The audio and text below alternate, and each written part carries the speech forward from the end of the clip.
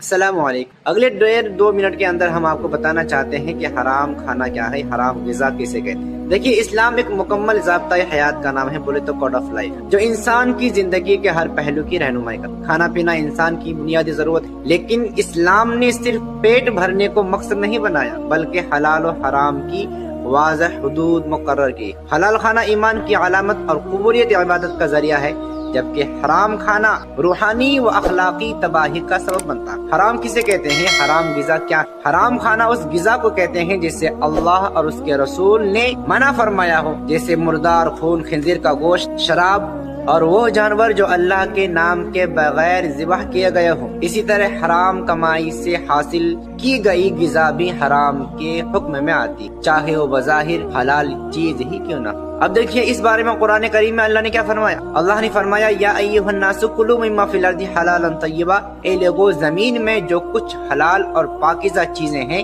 ان میں سے کھاؤ۔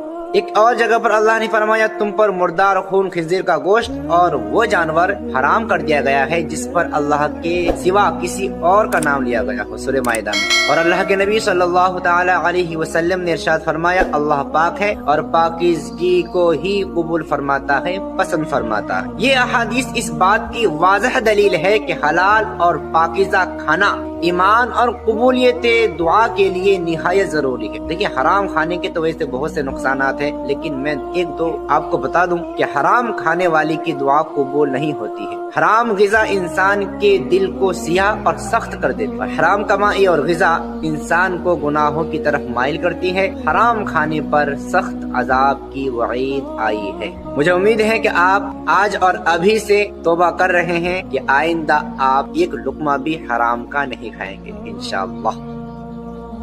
یہ وہ باتیں ہیں جو قرآن کریم اور احادیث میں صراحتاً آئی ہے کہ حلال و حرام کیا ہے، لیکن موجودہ دور میں حرام کمائی کی کیا صورتیں ہو سکتی ہے، حرام کھانے کی کیا صورتیں ہوتی ہے، اس ٹاپک پر بھی ایک ویڈیو میری آئے گی، تو اس کے لیے آپ سبسکرائب کر سکتے ہیں۔ شکریہ۔